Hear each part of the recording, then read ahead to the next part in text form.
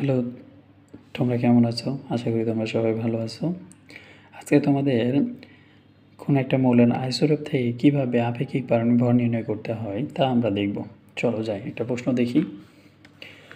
X মৌলের 3টে isotope, যথাক্রমে 16, X17, X18, যাদের শতকরা পরিমাণ দেওয়া আছে এত পার্সেন্ট, এত পার্সেন্ট এবং এত পার্সেন্ট।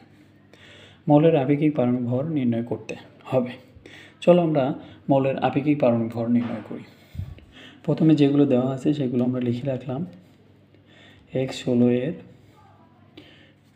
শতকরা পরিমাণ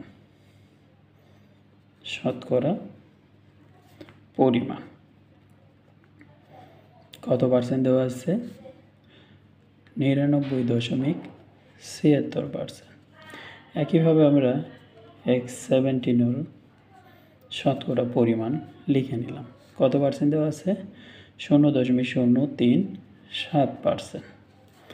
একইভাবে X18 এর শতকরা পরিমাণ দেওয়া আছে 0.23%। তাহলে আমরা এখন আপেক্ষিক পারমাণবিক ভর লিখতে পারি। আপেক্ষিক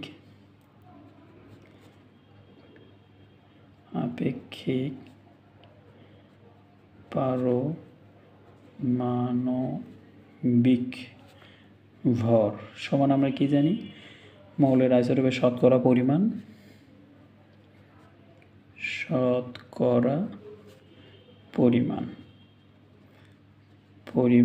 গুণন ওই মৌলের আইসোটোপের ভর, এটা আমরা জানি।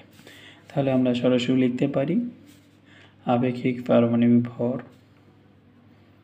পারমাণবিক ভর সমান, যেহেতু 3টে আইসোটোপ আছে সেহেতু প্রথম আইসোটোপের শতকরা পরিমাণ, যেহেতু শতকরা পরিমাণ বলছে যে আইসোটোপ আছে তার শতকরা পরিমাণ লিখব আমরা 99.76% গুণনের ভর কত আছে? 16 প্লাস এর পরিমাণ কত আছে? 0.037% গুণন আছে 17 প্লাস এর ভর কত আছে? 18 এর আইসোটোপের পরিমাণ এত।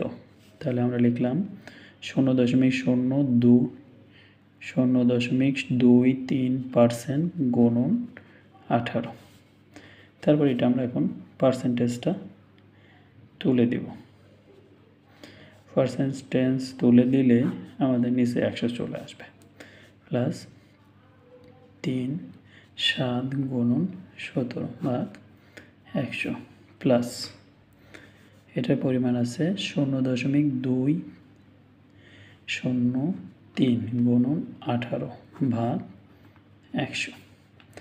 ক্যালকুলেশন করে এখানে আমরা যদি ক্যালকুলেশন করি তাহলে 15.96 আসে।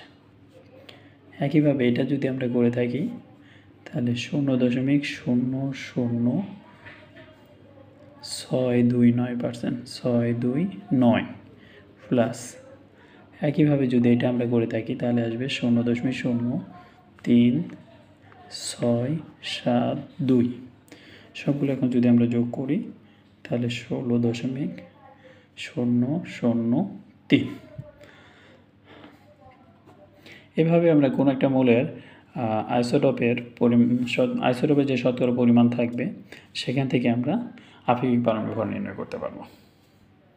ধন্যবাদ।